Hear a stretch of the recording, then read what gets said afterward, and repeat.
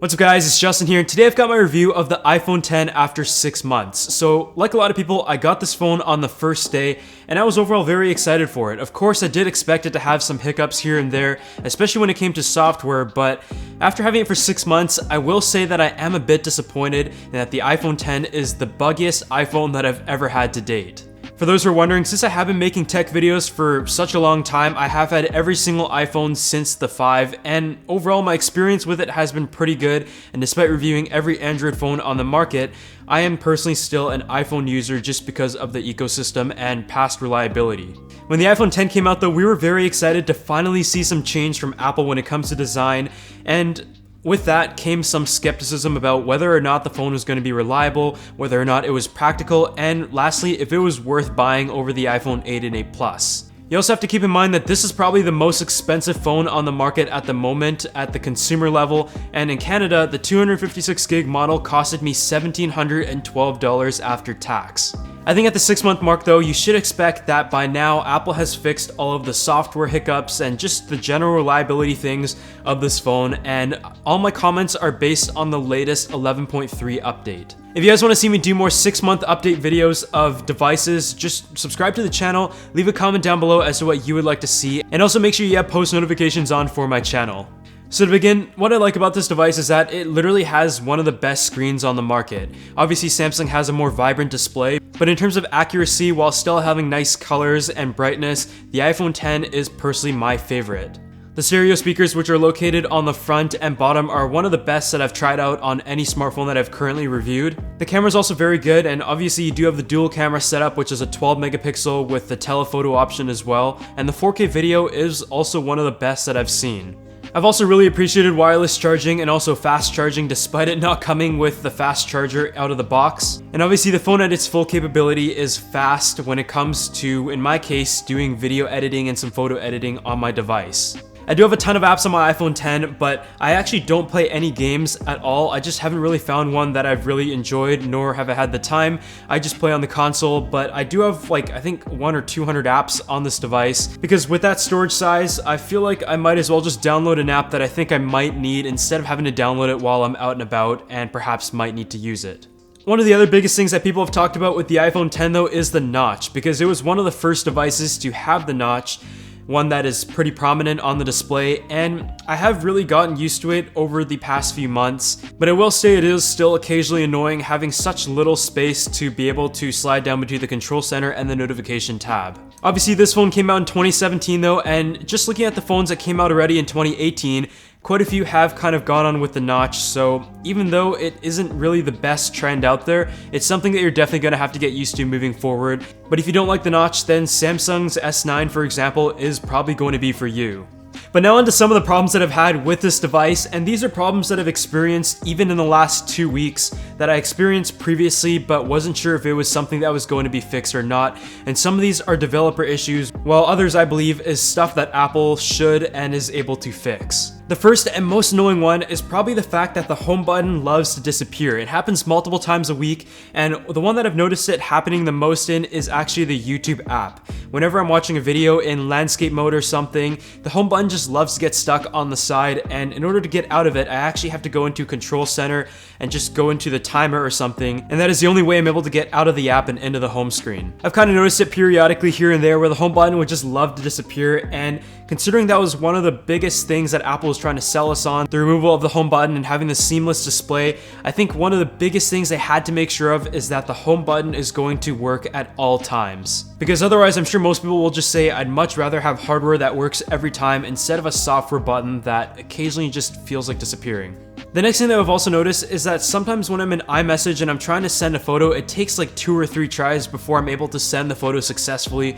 which is pretty weird, but I noticed that it never happened on my iPhone 8 or 8 Plus, and it was just on the 10. Another one that has really annoyed me lately is actually also in the Instagram app. The keyboard loves to disappear, so I don't know if it's Instagram's fault or Apple's fault, but whenever I'm trying to send a DM and I'm typing out a message, the bar that shows what you're typing just always disappears, and it works occasionally, but it's still super annoying. Outside of that, I've had the occasional things where the apps might overlap over the notch, or the phone might like to restart by itself. It hasn't happened as much recently, but it still does happen, I'd say, once or twice a month where I'm just trying to do a regular task and the phone just completely restarts. These are all very software-based things though, and just stuff that you might want to keep in mind based on everyday apps. I do use my phone for the most part for productivity, whether it's emails, just browsing social media. I don't really play that many games, but I will admit I do use my phone more than the average person, which is possibly a factor, but it really shouldn't be an issue, especially at the price of this device. I've kind of tried to wait out some of these problems a bit to see if whether Apple or the developers fix it, but after 6 months, the stuff that I just mentioned are things that I still experience. When it comes to hardware though, the battery life was never very good on the iPhone X. I was able to get very close to a full day when I first got it, but lately, I've actually been getting maybe half a day or maybe till about 1 p.m. and I'm someone who doesn't exactly wake up that early. If you go ahead and check the settings of the battery, there is a beta option that shows you the battery capacity, because with lithium ion, it does kind of deteriorate over time based on how much it can hold. And after having my iPhone X for about 6 months and charging it about once to twice a day, my battery is at a 92% capability. And from what I've seen, a lot of other people have it at around 96 or 98, which is likely because they use their device less. But even at the amount that I use my phone, I think 92% after about 6 months of use is kind of bad. I don't know if this is a possible contributor or not, but I've actually been charging my phone via wireless charging recently. I bought one for my bedside, and I don't know if that kills the battery faster, but I definitely have noticed that my phone has not been lasting as long as before. I've actually also been experiencing some port issues as well. The other day when I was in the car while I was traveling, my phone actually stopped charging completely by itself. I have no idea why, and it was actually the first time it happened.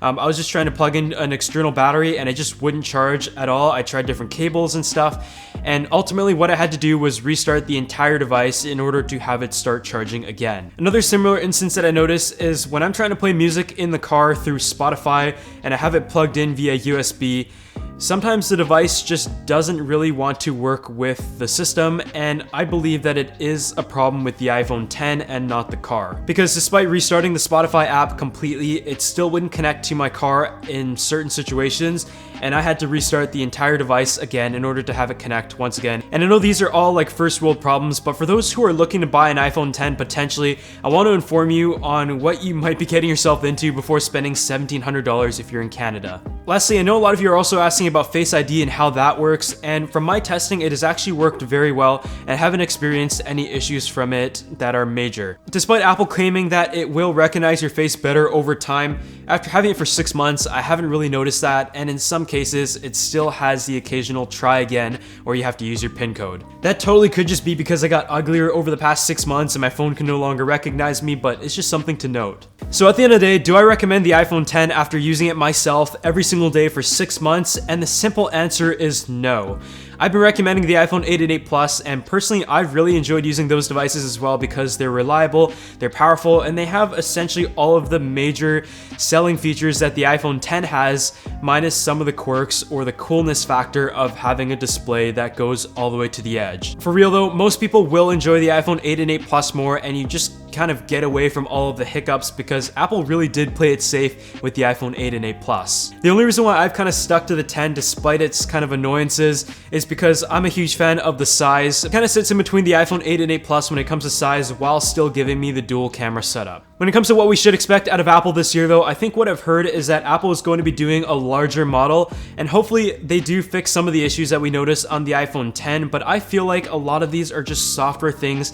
that they need to perfect over time as opposed to a hardware issue. Based on what we know so far, we're going to see an updated 5.8-inch iPhone X, which is the same size as the current one, but also a larger 6.5-inch version, which is going to be gigantic, especially when compared to sizes of the largest smartphones already on the market. With the edge-to-edge display though, it will be just a bit bigger than the iPhone 8 Plus in terms of form factor while being 0.2 millimeters thicker. Obviously, we're also going to see a standard spec bump including the Apple A12 chip, which is going to be very powerful, hopefully an enhanced Face ID with multi-position recognition, and Apple will also be sticking to a dual camera setup, which will be improved in terms of quality once again. I personally really enjoy the size of the iPhone X and can't really see myself switching to the larger 6.5-inch model if that were to be a thing, but it would obviously be very cool to check out the larger display, especially when it goes edge to edge. Otherwise, let me know down in the comment section below what you guys think of the iPhone X and what we should expect in the next generation come this fall, and I'll see you guys in the next video.